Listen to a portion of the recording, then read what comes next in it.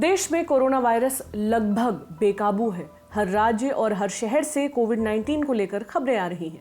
कहीं ऑक्सीजन की कमी है तो कहीं एम्बुलेंस की, कहीं दवाइयों की कमी हो रही है तो कहीं अस्पतालों में बेड्स नहीं मिल रहे हैं। ऐसे में भारत को दुनिया का सबसे बड़ा वैक्सीनेशन कार्यक्रम भी चलाना है, वो भी उस स्थिति में जब स्वास्थ्य व्यवस्थाएं चरमरा गई हैं और हेल्थ वर्कर्स कोविड मरीजों को बचाने के लिए दिन रात एक किए हुए हैं।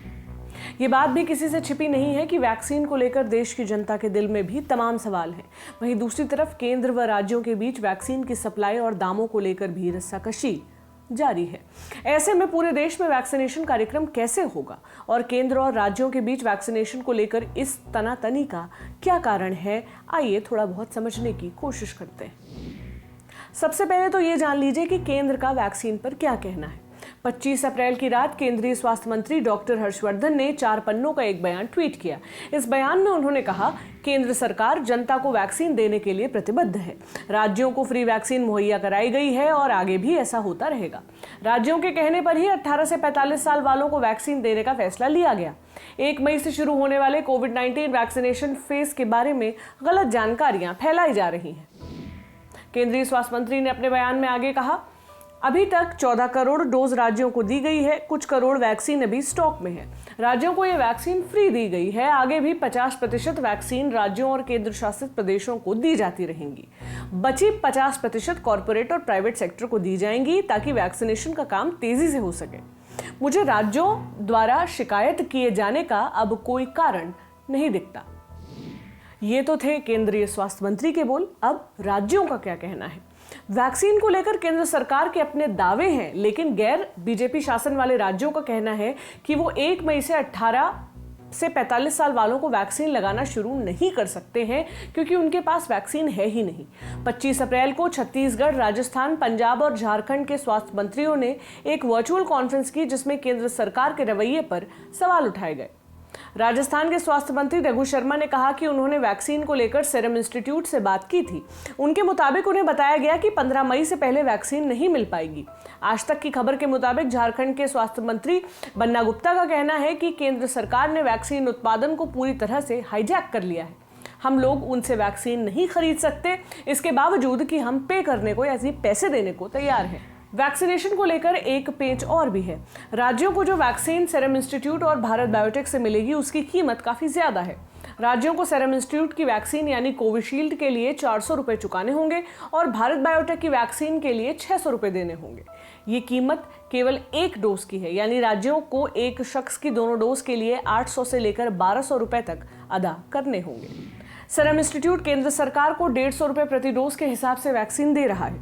हालांकि सीरम इंस्टीट्यूट के सीईओ अदार पूनावाला ने कहा है कि फिलहाल ये शुरुआती कीमत है, यानी ऐसा संभव है कि आने वाले वक्त में सीरम इंस्टीट्यूट केंद्र और राज्यों से 400 रुपए प्रति डोज ही वसूल करे। कंपनी द्वारा 21 अप्रैल को किए गए इस ट्वीट को देखिए।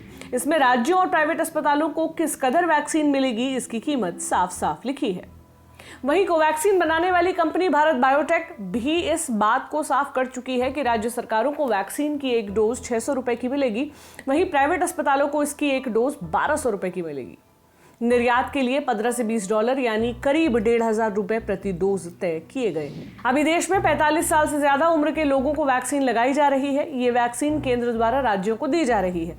अब 18 से 45 की उम्र के लोगों को जो वैक्सीन लगाई जाएगी उसकी व्यवस्था राज्यों को खुद से करनी होगी। समझने वाली बात यह भी है कि सीरम इंस्टीट्यूट और भारत बायोटेक द्वारा जो वैक्सीन बनाई जाएगी उसका 50% केंद्र सरकार ले लेगी। 1 मई से 18 से 45 साल वाले लोगों को वैक्सीन दी जानी है। अगर इस संख्या को 80 करोड़ मान लिया जाए तो करीब 160 करोड़ डोज की जरूरत होगी, क्योंकि एक शख्स को वैक्सीन की 2 डोज दी जाती है। फिलहाल इतनी संख्या में उत्पादन करना काफी कठिन है। दूसरी बात यह भी है कि कुछ अन्य राज्यों में भारत बायोटेक और सीरम इंस्टीट्यूट ऑफ इंडिया को वैक्सीन का ऑर्डर दे दिया है और कंपनियां पहले उन्हें वैक्सीन मुहैया कराएंगी। आपके मन में सवाल यह होगा कि पूरे देश में वैक्सीन का एक जैसा दाम क्यों नहीं है। 20 अप्रैल को कांग्रेस के नेताओं ने एक ऑनलाइन कॉन्फ्रेंस में कहा कि देश की सरकार एक देश एक टैक्स और एक चुनाव में यकीन करती है, लेकिन उसे एक देश एक दाम में भरोसा नहीं है। कांग्रेस की मांग है कि वैक्सीन बनाने वाली कंपनियां अगर केंद्र सरकार को 150 रुपए प्रति डोज दे रही हैं तो राज्य सरकारों को भी 150 रुपए के हिसाब से ही वैक्सीन मिलनी चाहिए। आपको बता दें कि फिलहाल सीरम इंस्टीट्यूट हर महीने के हिसाब से 6.5 करोड़ वैक्सीन का उत्पादन कर रही है। कंपनी का अनुमान है कि जुलाई तक ये उत्पादन 10 करोड़ प्रति माह तक हो जाएगा। भारत बायोटेक की कोवैक्सीन की संख्या देश में मौजूद वैक्सीन की करीब 10% है। अमेरिका से वैक्सीन निर्माण के लिए आने वाली वस्तुओं पर भी रोक थी, जिसे भारी विरोध के बाद अब खत्म कर दिया गया है। अब इस बात को समझिए कि 45 साल से ज्यादा उम्र के लोगों को लग रही वैक्सीन की कीमत 150 रुपए प्रति डोज होगी। 18 से 45 साल वालों के लिए कोविशील्ड की कीमत 400 रुपए प्रति डोज और कोवैक्सीन की कीमत 600 रुपए प्रति डोज होगी। इसके अलावा प्राइवेट अस्पतालों को कोविशील्ड 600 रुपए और कोवैक्सीन 1200 रुपए प्रति डोज पड़ेगी।